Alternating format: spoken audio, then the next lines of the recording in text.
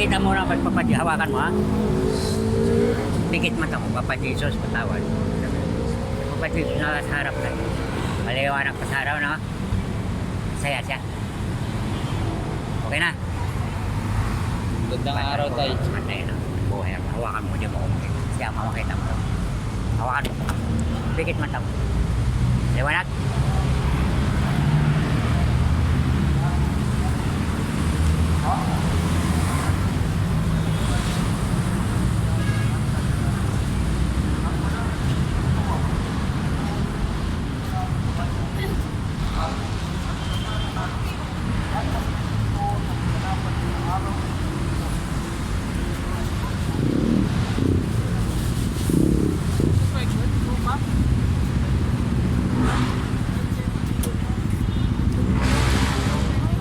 Mula sa mula ng pagtakda sa oras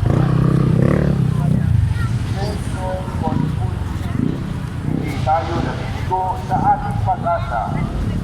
Sa diwa ng pag-asa, inaabot ni Apostol Pablo ang mga salitang ito na nakapagpapalakas ng loob sa Kristiyanong pamayanan sa Roma. Sa pag-asa rin ang tampok na mensahe sa darating na jubileo na alinsunod sa isang sinaunang tradisyon ay sinakda ng Papa bawat 21 taon. Bumabalik ngayon ang ating isip sa lahat ng mga peregrino ng pag-asa na maglalakbay patungong Roma upang maranasan ang banal na taon at sa lahat ng iba pa.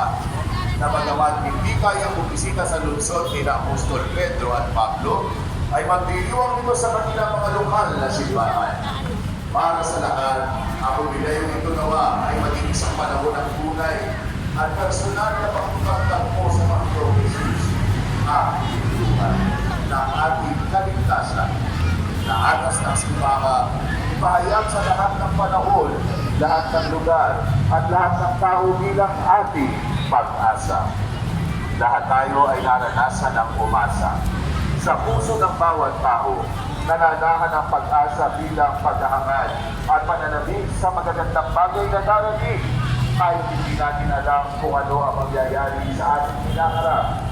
Gayunpaman, ang kawalang katiyakan tungkol sa hinaharap ay maaaring magdulot minsan ng magkakasaluhan na pakiramdam mula sa matibay na tiwala